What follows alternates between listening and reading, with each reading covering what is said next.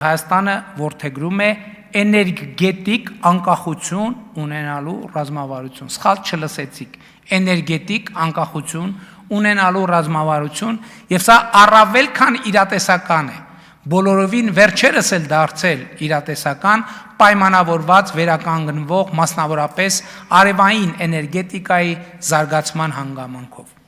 Հայաստանի Հանրապետությունը արևային հսկայական ռեսուրս ունի եւ մենք այդ ռեսուրսը զարգացրել ենք։ 2018 թվականի թվերին խնդրում եմ ուշադրություն դարձրեք։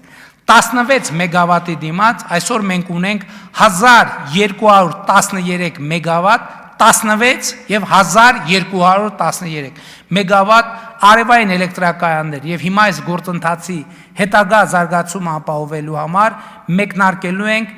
էլեկտրաէներգիայի կուտակիչների հիմնադրումը Հայաստանի Հանրապետությունում, որպեսզի դրանք հավաքելով ցերեկ արտադրված արևային էներգիան գիշերը մատակարարեն մեզ անհրաժեշտ էլեկտրական հոսանք։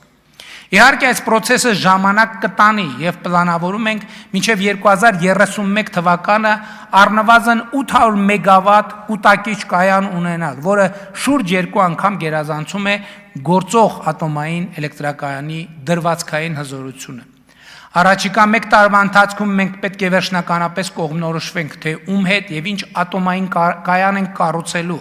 որովհետև ինչպես գիտեք 2036 թվականին գործող ատոմակայանի ռեսուրսը սպառվում է եւ իդեպ ատոմակայանի փակումը որպես դե յուրե պարտավորություն Հայաստանը ստանձնել է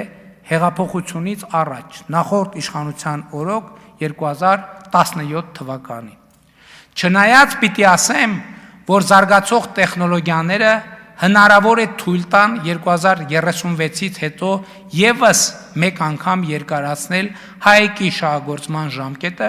եւ մենք այս մասին քննարկումներ ենք վարում արդեն բավական ժամանակ հնարավոր գործընկերների հետ։